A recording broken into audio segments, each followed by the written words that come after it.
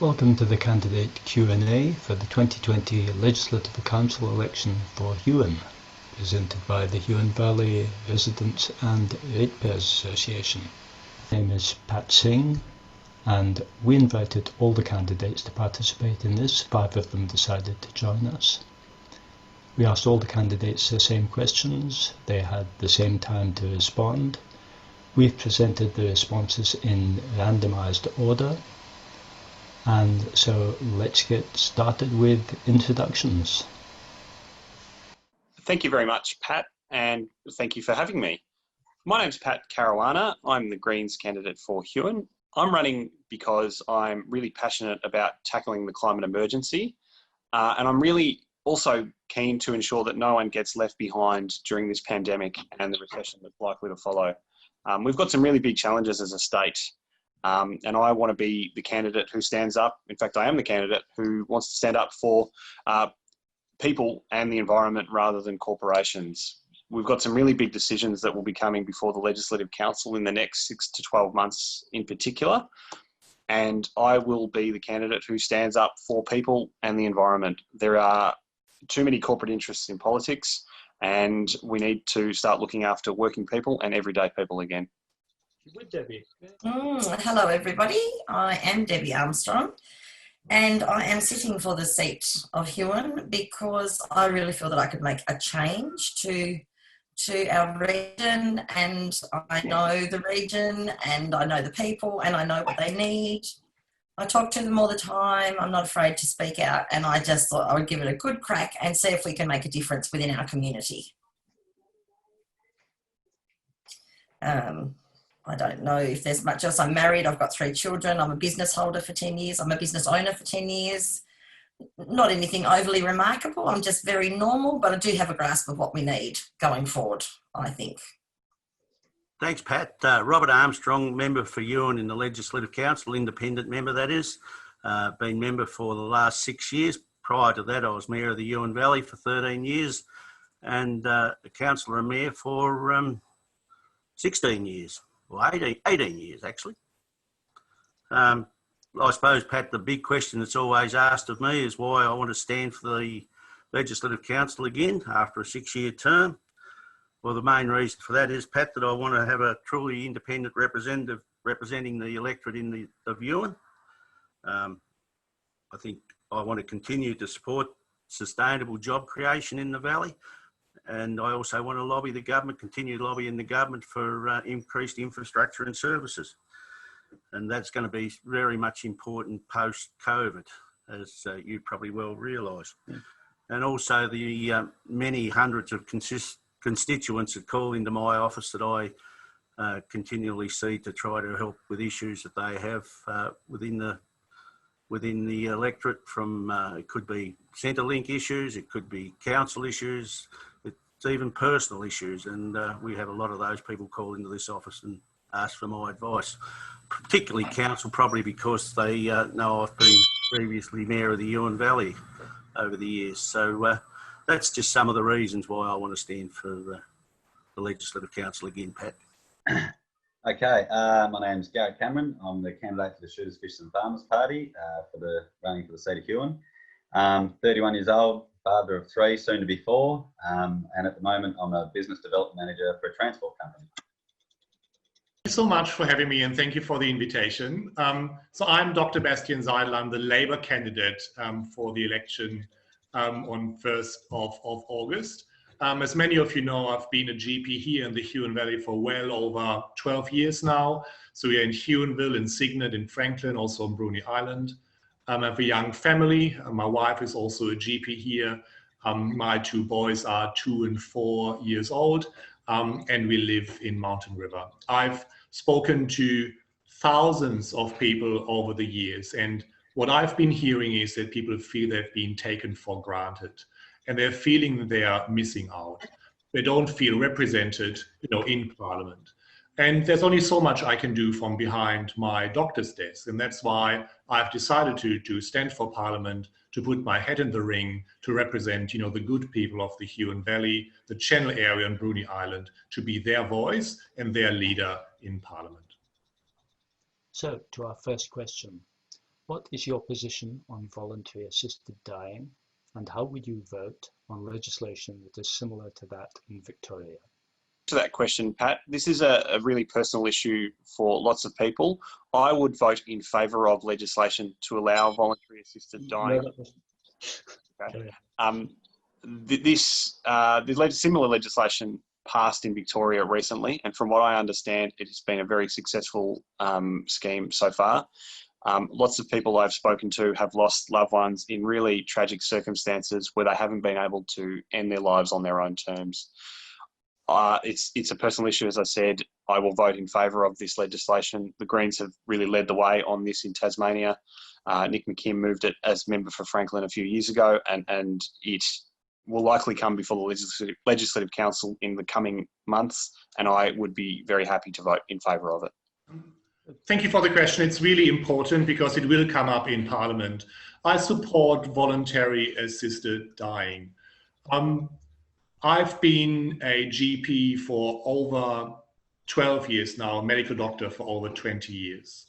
I've treated patients with terminal conditions in hospitals in the community.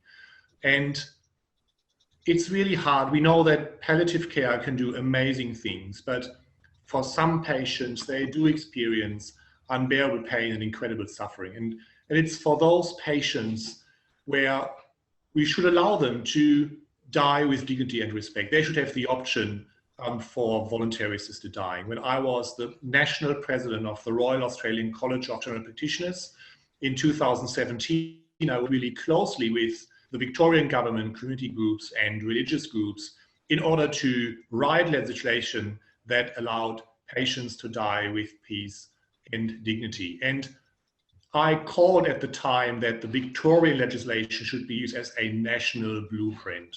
So I support voluntary assisted dying, and I believe the Victorian legislation should act as a blueprint for other states and jurisdictions. Well, my answer to that would be quite easy. I am in favour of voluntary assisted dying. I believe that we should have a choice as humans to end our suffering if we so desire. I would vote in favour of that. However, I understand that it is actually a complex situation because it does involve the medical fraternity, and of course their job is to preserve life. Effectively, we're asking them to end life.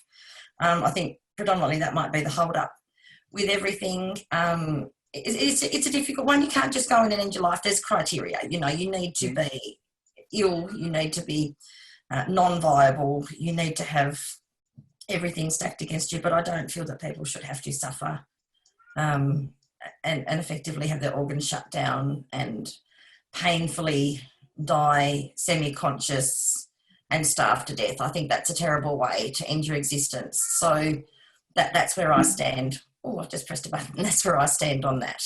That's a rough one. Personally, myself, luckily I'm hopefully at the point in my life where that's not a worry to me. But having said that, how I feel, isn't going to be the same for someone else. I don't feel that how I feel should reflect on what other people choose to do with their body. So as much as it's sort of hard for me to fathom being at that point in your life, I can definitely appreciate it and understand it. And I think that if it is going to stop suffering, like immense suffering and pain, then each person should have that choice. And I am sympathetic to voluntary assisted dying. It's a big issue out there in the electorate. A lot of people have raised that issue with me. And as I said, I'm sympathetic towards it. But until the legislation is brought before us, and I listen to all the debate and have all the briefings from the pro and against the legislation, it's hard to say how I'll vote. But I'm very sympathetic towards it. I've had family members in that position, and I understand where people come from with it. But that's going to be a long drawn out process, and with all the briefings that we're going to receive and the amendments that will be put to that legislation, I would imagine there's going to be a lot of amendments. But in principle, I support it, Pat, but I want to see the final legislation before I'll commit one way or the other. And so to question 2, what do you think should be done to improve health services in regional areas of Tasmania like the Huon? And do you feel that the state government should ensure regional after-hours emergency treatment and triage facilities? I think the health care that we have in the Huon is good. I don't think it's great. I don't think it's fabulous. I think there's room for improvement. I think we wasted our Cygnet Medical Centre resources that was gifted to us by the state. I feel that that could have been an excellent opportunity for 24/7 after hours minor emergency care. I think we need after hours doctors. Not everyone's sick from 8 till 5, so to speak. I think we could have more hubs, medical hubs. I think that would have been a great spot to have a medical hub. I am concerned about the fact that the rural beds have closed at Franklin. 65 and older makes up a fifth of our population within the Huon Valley. People are living longer. There's going to be a need for those services. I think the state government should seriously be looking at extra funding for these services, because that comes under infrastructure. It's important infrastructure. It's also a large infrastructural structure in the Huon Valley, and taking beds away and then progressively closing down other areas that have it would be a massive mistake. They have been closed. They were closed on the 1st of July. They could have been open until January 2021. Presently, there's people in hospital waiting to die that now don't have a rural bed for their family. Yeah, so to answer the first question first, what state government should prioritise, particularly in regional areas, is making health services available where they are needed. We've seen in recent months during this pandemic the strain that our health system has been under, but also the importance of delivering services to where people are. A lot of people are isolated. A lot of people don't have access to reliable transport. A lot of people are elderly, suffering various complications through illness. Travelling into Hobart isn't easy for everybody, and there needs to be far more effort put into delivering services where people need it. And to that end, to answer the second question, yes, we need triage services available outside hours and emergency services available outside hours. I know a trial was done on this specific issue, and I've called for, recently wrote to Minister Courtney and called for the results of that trial to be released. So it's an issue we need to follow with some urgency. Important issue for regional Tasmania. It's an important issue for the Huon. The life expectancy of regional Tasmanians is second lowest in the country, just above the Australian outback. It's a disgrace.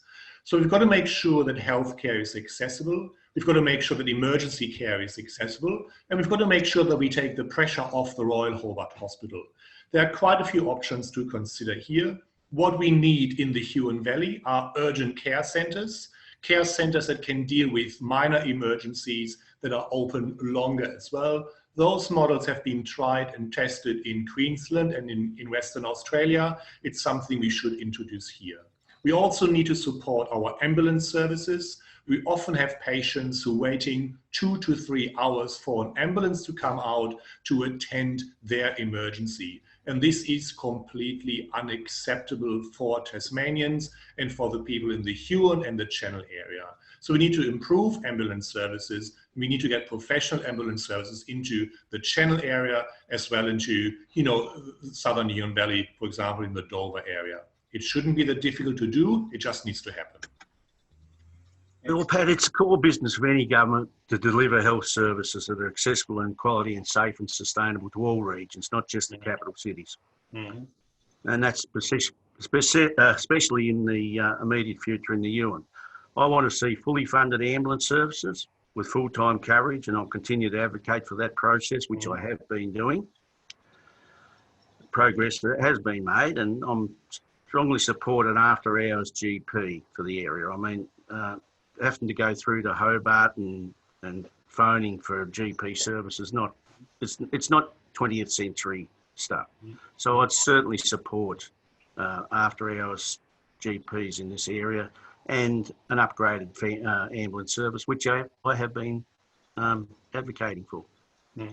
And I don't think it's the necessary as additional funding. It's just how the funds are spent, because, the budgets are going to be stretched. And now post-COVID, with the money that has been spent, I think it's going to be very difficult to secure extra funding, but it's how that money is spent and ensuring that the Huon electorate gets its fair share of that funding. Facilities. Yeah, regional health is definitely a big one. I've lived in the country, so to speak, for most of my life, but definitely all of my adult life. I come from a family of farmers and whatnot. I think, in my opinion, I think preventative health is also a big thing, especially these days. There's a lot of issues with mental health and whatnot. I think that preventative measures could definitely take a lot of strain off the core health system, so to speak, major hospitals and whatnot. And as for after our regional emergency service, that's definitely a big one. I myself have come a cropper a few times, and luckily the ambulance has been relatively close by. But I've heard some like horror stories of people that are like stuck under tractors and all sorts of other things. So yeah, to me it makes sense for sure. Like instead of ferrying these people up to town, that could mean the difference between life and death for a lot of people. So yeah, I definitely think it's a good idea. And so to question 3, would you support restoring the Tasmanian House of Assembly to 35 members as outlined in the House of Assembly Restoration Bill 2018? Look, this is an interesting one, Pat. I believe that the lower house has not got enough members. Mm-hmm. How that is progressed in the future, I'm a person that advocates for a 31-member seat of parliament with individual electorates, so that people in regional areas would get representatives in the House of Assembly. As it is now, most of your members come from the city areas. There's not very many people ever get elected from the country areas. If you increase the size of Parliament, and that would be virtually doubling the the Legislative Council seats to 31 members, it would then give regional areas members in their area to represent them. Yeah. But if that's not the case, I would support the 35-member House of Assembly. Yeah. I think it was put in there to save money and other reasons, and it hasn't worked. I've sat on joint house committees, and just to get those members from the lower house to take part in those joint house committees, it's nearly impossible because they've just got so much other stuff they've got to do. Yeah. And I don't really know, to be honest, because I haven't got into Parliament. I don't know if it would make a difference. It probably wouldn't make a difference. I really couldn't answer that one because I really don't know the answer to it, because I've never actually been and witnessed whether they need fewer or more members. I'm not yet elected into the upper house. Sometimes I think that the more members, the more confusing it probably becomes, the more we would debate and roll over topics. Sometimes I think if it's less, you keep it simple. To be honest, I really am not sure. I support restoring the House of Assembly to 35 members. Reducing it from 35 to 25 in 1998 was a really cynical decision by the Labor and Liberal parties in a transparent attempt to attack the Greens and independents. And it should never have been done in the first place. And I think we've suffered as a state as a result. Restoring the House to 35 members would give people greater access to their local representatives. It would ensure a more democratic outcome at our elections. It would ensure a greater availability of representatives to people. It would be a great boost for democracy in Tasmania. So I'd be very happy to support it. Yes and no. I think while we have an upper house, I think the numbers aren't too bad as they are, but I don't think one should change without the other sort of thing. I don't think there's any need to have, more members in one area and then and still keep the same in the other. If that was to happen, then people like myself, assuming I'd get in, would probably be out of a job. But yeah, I at this point in time, I'd say no while we still have an upper house. It's an interesting question whether the solution to poor representation of Tasmanians is to increase the size of Parliament. I'm actually not sure about this. I must admit I can see a role for a small Parliament that's well supported. But I can see that parliamentarians are struggling with multiple portfolios. And I can also see that, if you're a minister, you will probably have 5 to 10 advisors, each of them run, different areas in your department. I'm concerned about this. This is not the idea of democracy to have unelected advisors running the show. So there is an argument to look at what we actually need in Tasmania to represent the electorates good and well, and to make sure people are being heard. It's not only about the size of parliament, it's also about the quality of the parliamentarians. And that's probably something we should be focused on far more. With a population of only 520,000, Tasmania has 29 councils. What is your position on council amalgamations, and do you feel that the state government should intervene if councils do not agree to do this voluntarily? So the Labour Party and myself does not support the forced amalgamations of local councils. It's really up to local councils to decide how they can work best and how they can deliver essential services, to their people and ratepayers. Certainly we need to look at sharing of resources, and that's sometimes happening amongst councils, but really it's really about value for money for ratepayers and for residents in local councils. I don't think amalgamation is a solution. It's about making sure that delivery of services is keeping up with demand. Again, the Labour position is not to support forced amalgamations. If it's a voluntary amalgamation, that's completely up to local councils to decide.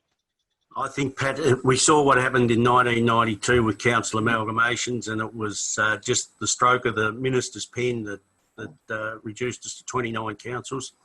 I believe there is room for amalgamation of councils. Whether it's a Huon Valley or not, I don't know. But I need to see the legislation and see what the boundaries are going to be. In saying that, if that's going to happen, the government needs to take the councils with them and the residents of those councils, not just the stroke of the minister's pen. It needs to be done in a proper consultative way so that people can have their say and be able to work with the government of the day to see the best outcome for their area. Yeah, I've worked at a couple of councils in my time. Yeah, I definitely think that we have too many councils. As for the voluntary thing, I mean, it's one of those things, and that not many people are going to want to give up their jobs and their livelihood and all that sort of stuff. So I can't really see too many of them voluntarily giving up their councilship and amalgamating with others. So yes, I definitely think it is probably something the state government should look at. How the best way to go about that, some councils have more money than others, some have more debt. I'm not sure, but yeah, I do think that we do have too many councils. Yes. In 29 councils for 550,000 people is ridiculous. We have already amalgamated the smaller councils. That has worked reasonably well, but not perfectly well. The chances are we would amalgamate with Kingston being the next town up. That I don't think they particularly want to amalgamate with us now. I think we've probably missed the boat on that. But it will have to happen. If we get larger, and we're only going to grow, Kingston's going to grow. It would be stupid to have two towns so close together with an expanding economy. I think amalgamation might be imminent. I don't think that the state government should intervene particularly, but they might have to, because I'm not sure that councils can make the decision based on their own foresight. My view on amalgamations is that it should be in the hands of people in local government areas. It is their decision what happens to their local representatives, and I don't believe in top-down approaches to this issue. It's not a decision that should be taken in Hobart. If residents of the Huon Valley in particular are happy with the way their council is structured, not necessarily the members of the local council, then they should have the right to keep it that way. But if there is a move to try and amalgamate with a bigger group or a neighbouring local government area, then that should be a decision for people in that area. Top-down approaches, it's been done. It happened in Tassie a couple of decades ago. It happened in other states, and it's left people with fewer representatives and worse outcomes. So I support the decision being in the hands of the people who it affects. Great. And question 5.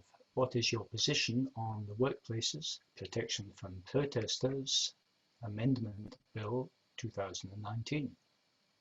I'm very strongly opposed to this legislation, and the Greens are very strongly opposed to this legislation, and it could well prove to be unconstitutional, as was the last round of anti-protest laws. People have a right to protest. They have a right to political expression. And as we've seen through actions like the student strike for climate, protest is necessary and a vital part of our democracy. And it's quite telling that the Liberals want to crack down on protests rather than get serious about tackling climate change. It's a bit like attacking the firefighter who's trying to put out the fire rather than trying to address the issue. This is a really draconian piece of legislation, and I will be very proud to vote against it when it comes before the Legislative Council. I've had my time in logging. I come from a farming and a logging family. I definitely think that people should have the right to protest, for sure, and voice their opinions, free speech, and all that sort of stuff. But as for when it detrimentally impacts on so many people's livelihood and that sort of stuff, I think that's something that shouldn't be happening. So yes, while people should have the right to protest and free speech and everything, when it severely impacts and can make or break families, and a lot of them as well, not just one or two, I think that we definitely need to keep a close rein on that, for sure. There are ways and means to protest about things if you feel like your message isn't getting across. There are other ways and means, but when it's disrupting livelihoods, then no, I don't agree with it. So the Labour Party and myself don't support anti-protest laws. The anti-protest laws have been rejected by the High Court already once, and just to make amendments by renaming it doesn't mean the High Court isn't going to reject it again. I certainly support peaceful protest. That is part of what makes our democracy great. It's important for people to express their views in a safe way.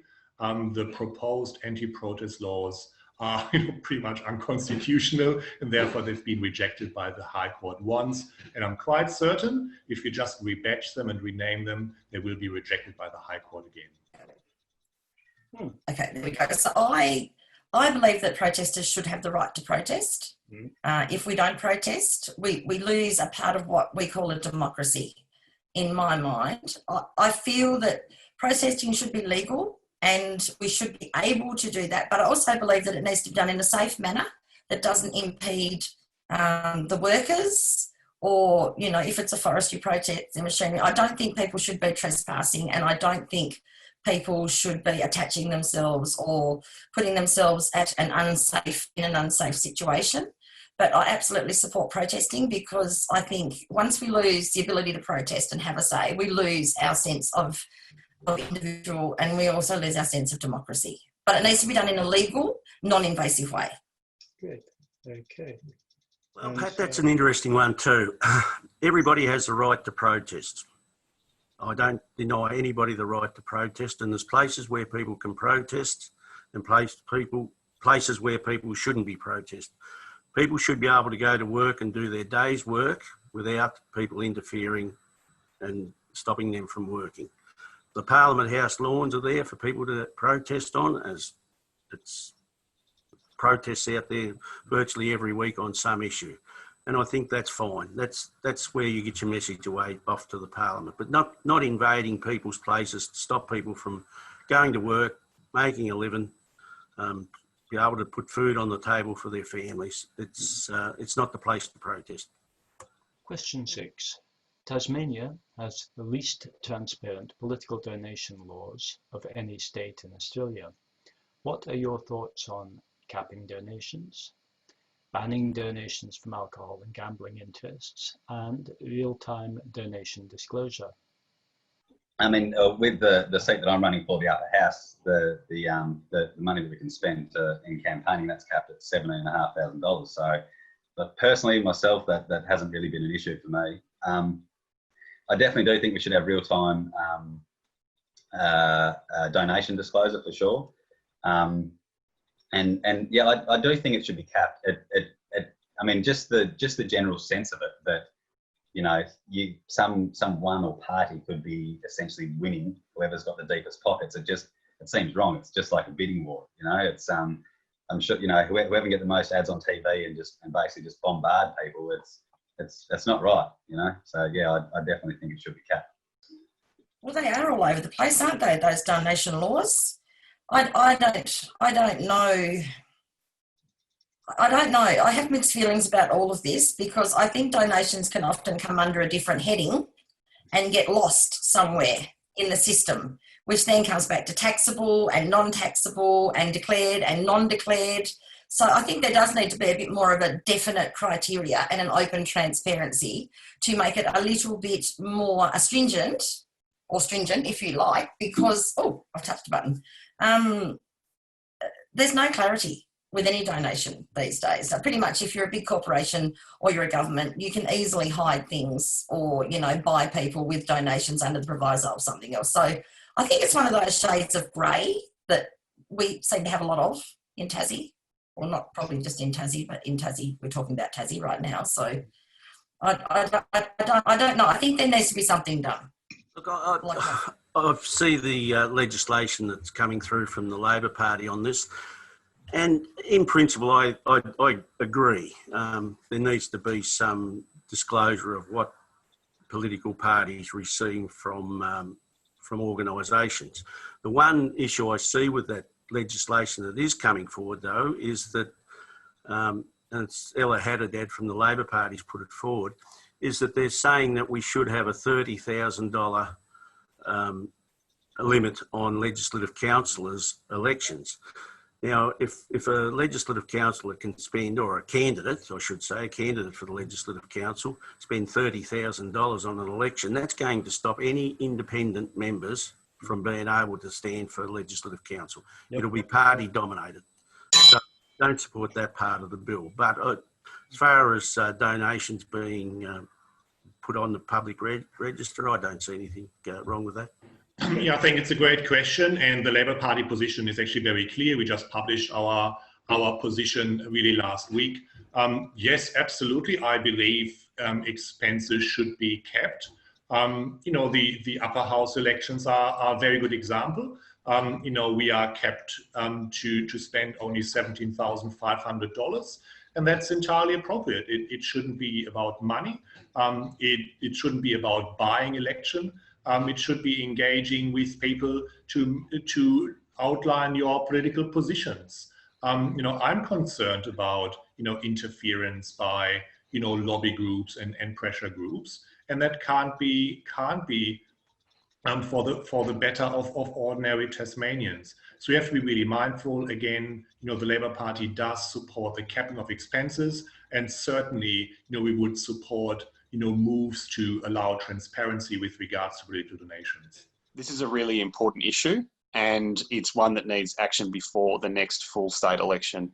We do need to cap donations. We need to ban corporate donations, and we need real-time disclosure on donations. As the question stated, Tasmania does have the weakest donations laws in the country, and they allowed for the multi-million-dollar campaign that we saw at the last state election, where gambling interests were able to flood our screens and our TVs, our computer and our TV screens with advertising, and most of it wasn't declared, and most of it we'll never know where the money came from. It is such a vital issue for our democracy that decisions about our future be in the hand of voters and not big corporates who are able to buy these kind of outcomes. One of the good things about the Legislative Council is that there are caps on expenditure, and they ensure that the result of this election will be because of whichever candidate is able to best speak to people, and not by spending the most amount of money. So it works in the Legislative Council. It should work in the House of Assembly.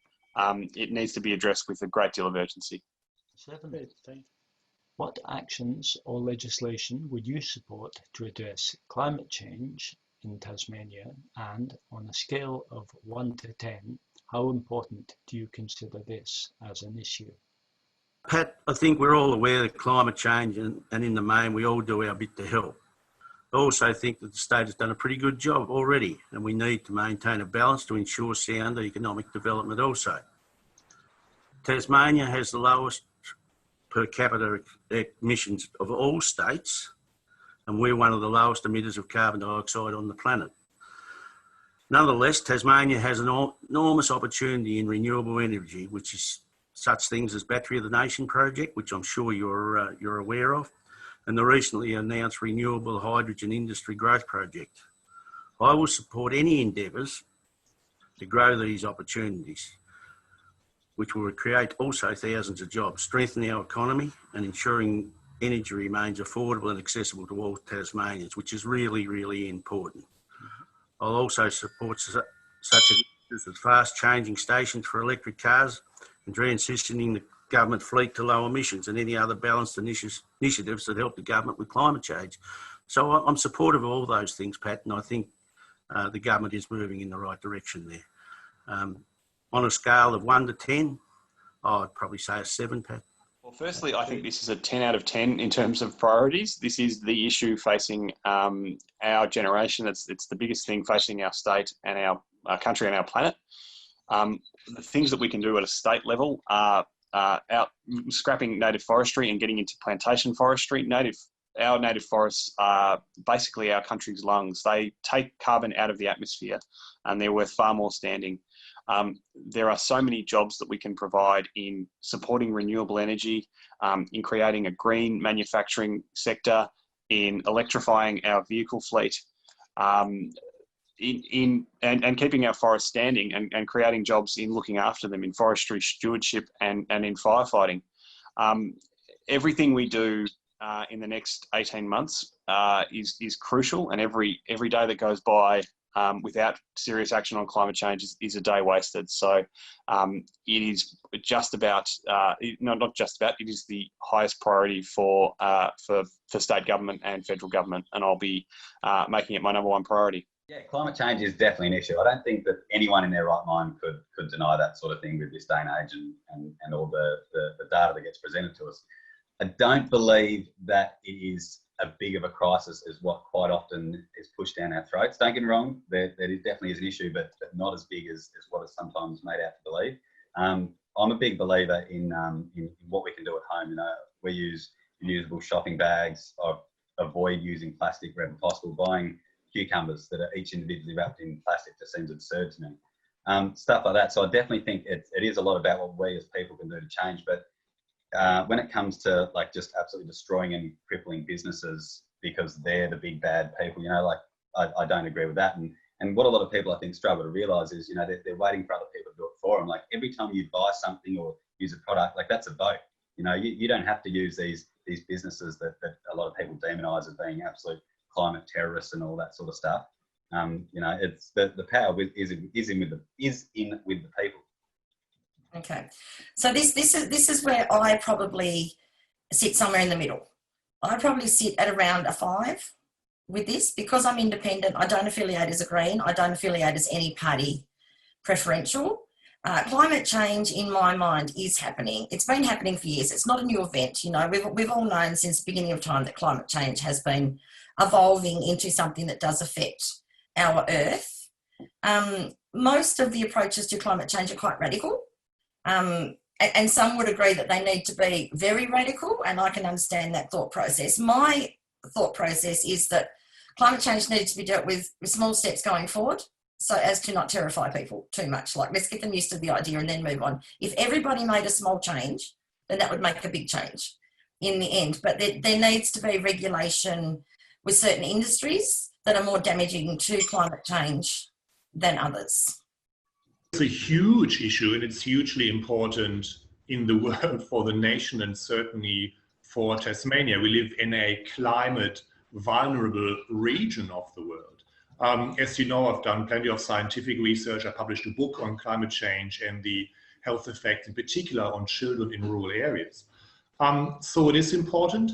I see climate change as an opportunity for us to invest strongly in renewable industries. You know, we should be, you know, the main engine for hydrogen production, you know, in the nation. We have opportunities to develop new industries here in Tasmania. We can produce carbon neutral and certified hydrogen and can export this to the world. It's a great opportunity, and we should seize those opportunities for the better of ordinary Tasmanians. So let's not talk about climate change as a problem. Oh my God, what are we going to do about this? Let's grasp the opportunities in order to support reducing carbon emissions and by transitioning us to a carbon neutral economy. So now for question 8. Department of Treasury and Finance figures show that Tasmanians lose more than $500,000 per day on poker machines. Would you be in favour of banning pokies from pubs and clubs in Tasmania? If yes, why? If no, why? So the Labour Party had a very transparent policy, and we put this to the people at the last election, and our policy was rejected. I believe now we need to move on and need to look at what we need to be doing now.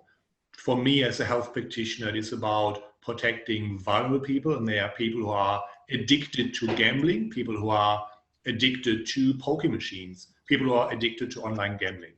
If we have a look at the Auditor General's report from a couple of years ago, we know that Tasmania creates $330 million of revenue through gambling every year. How much of that is actually ending up in support services to help people who have a gambling problem and a gambling addiction? It's less than 0.7%. That's completely unacceptable. So we need to support people who have become addicted to gambling. That must be our absolute priority now, and that's what I'm standing for. Yeah, I would be in favour of banning. I had a discussion on this too recently, where I could see both sides of the argument: employment versus, financial duress because of pokies. Pokies in pubs and clubs have taken away the atmosphere of the pubs and clubs, which is what they used to be. But COVID has put a new spin on that as well because of the distancing rules. But we have casinos. If people want to go and play the pokies, they can go to the casino and play the pokey. I don't necessarily agree that pokies are the only problem with gambling, because we have tax lottos, we have scratchies, we have other forms of gambling, we have online gambling.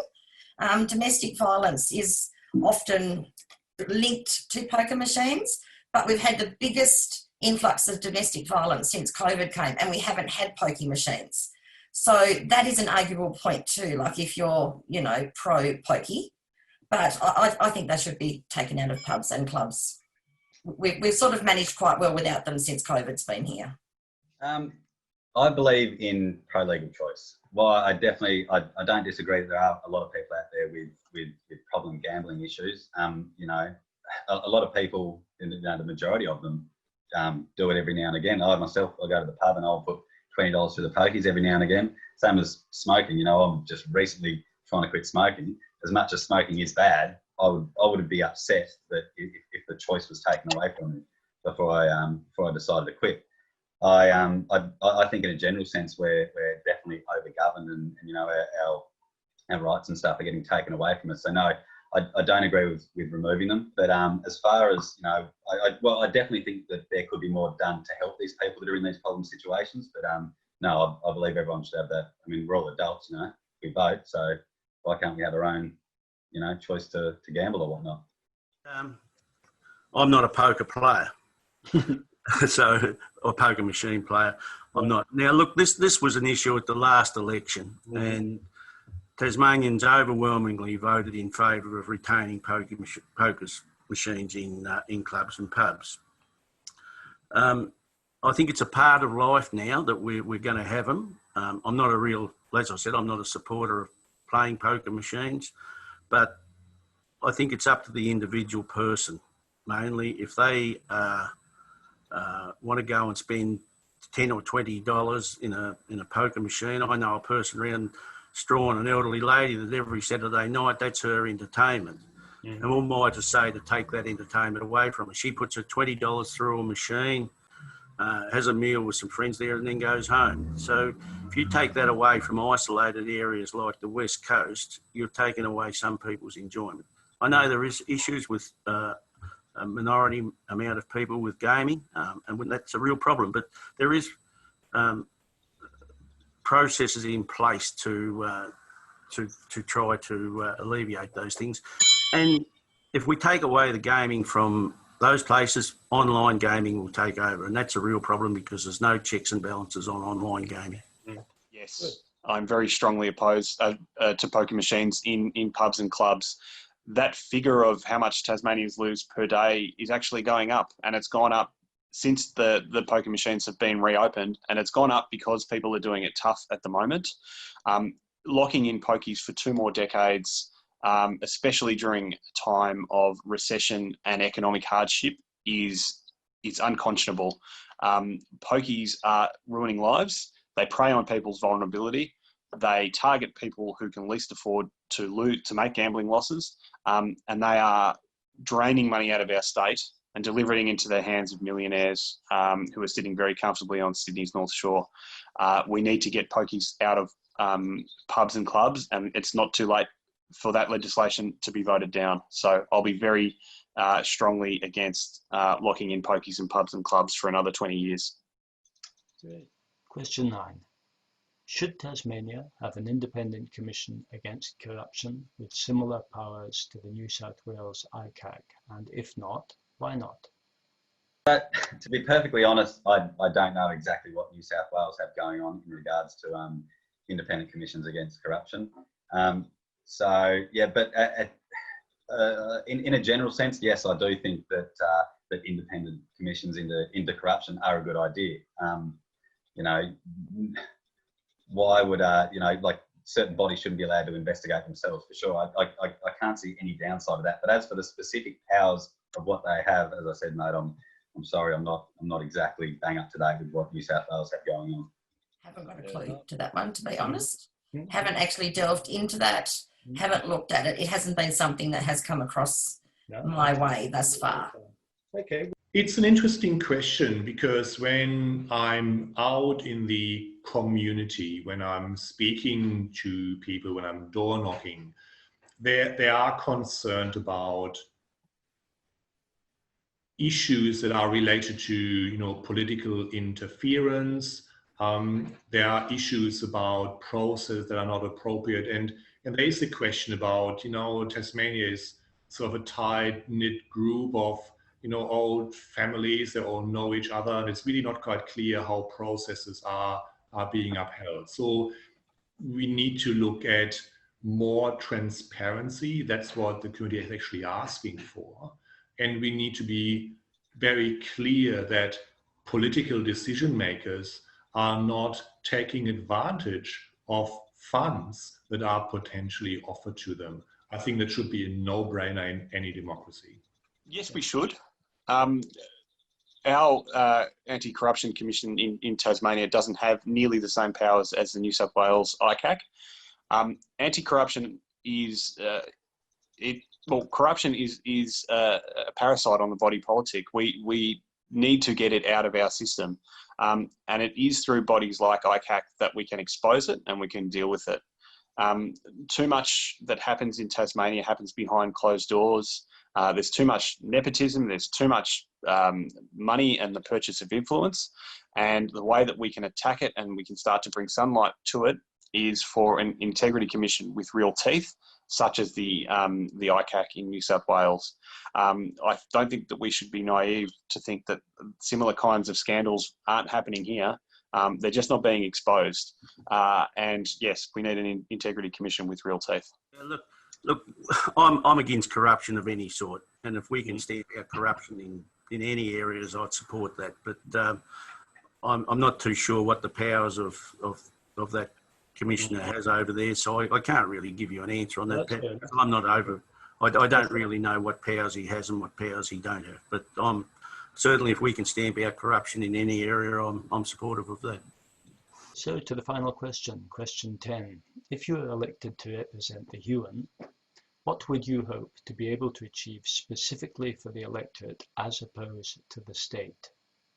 The moment, the Huon electorate, Kingborough electorate, which encompasses a little bit of the Huon, or Kingborough area, which encompasses a little bit of the Huon, moving forward, they've got, the Gateway studies going on, they've got the park and rides, they've got all those things that are going to relieve congestion on the southern outlet. But we are not talking about the southern outlet, we are talking about the Huon electorate.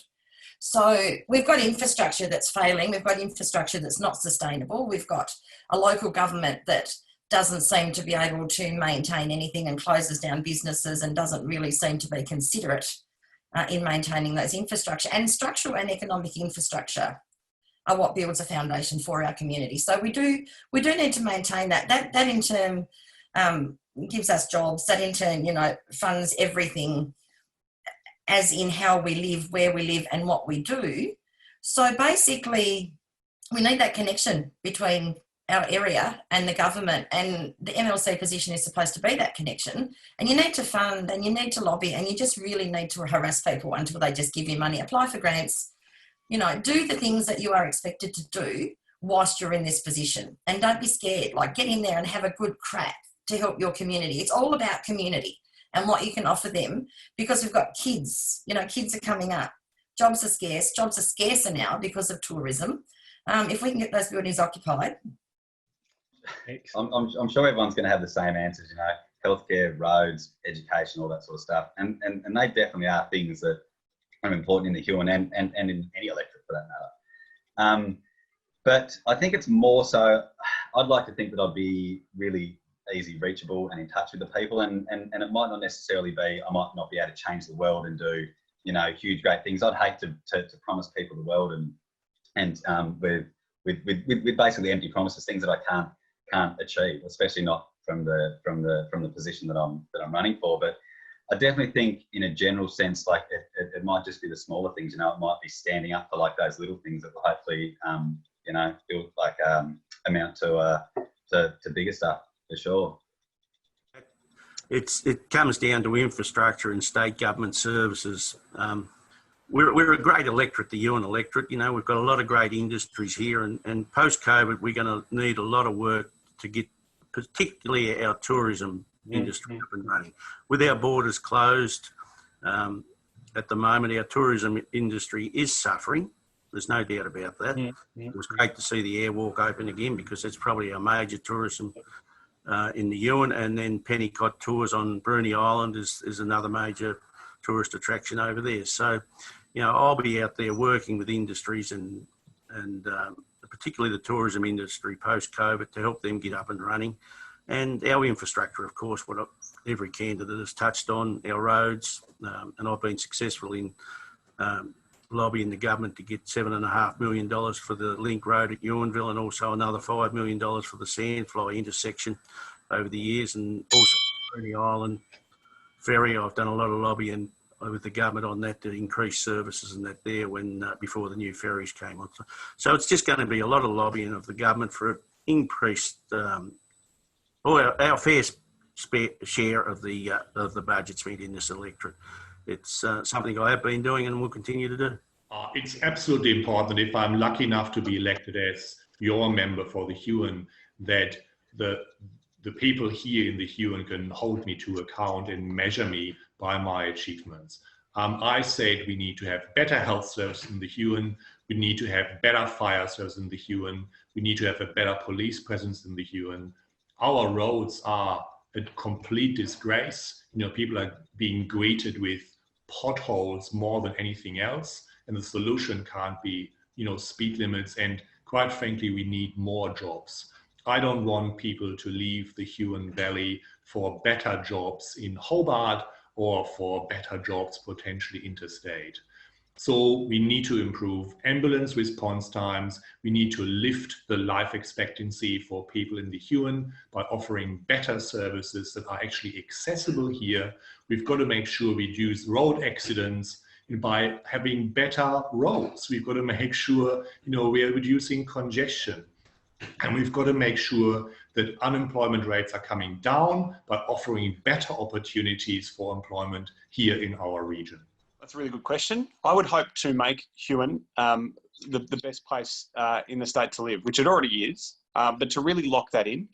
The fires that devastated so many parts of the Huon 18 months ago, not enough action has been taken to prevent them happening again. As a priority, I want to increase firefighting services to tackle remote area fires and ensure that our community is made more safe.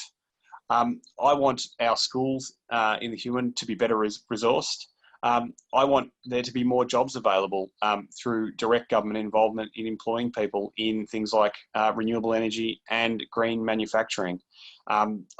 There's a lot to be done in the next 6 years, but in particular in the next 2 years. And I think if I'm the member for Huon, then Huon will be a cleaner, greener and fairer place to live as a result. So that brings us to the end of this Q&A. I hope you found it interesting and know more about the candidates than you did previously. I'd like to thank the candidates also for their participation. I would urge you to share this widely with friends and acquaintances who have not voted and may not yet have decided who to vote for. If you're interested in knowing how we randomized the order of speakers, that's tacked on to the very end of this video. So, as I say, I hope you found this interesting, and goodbye.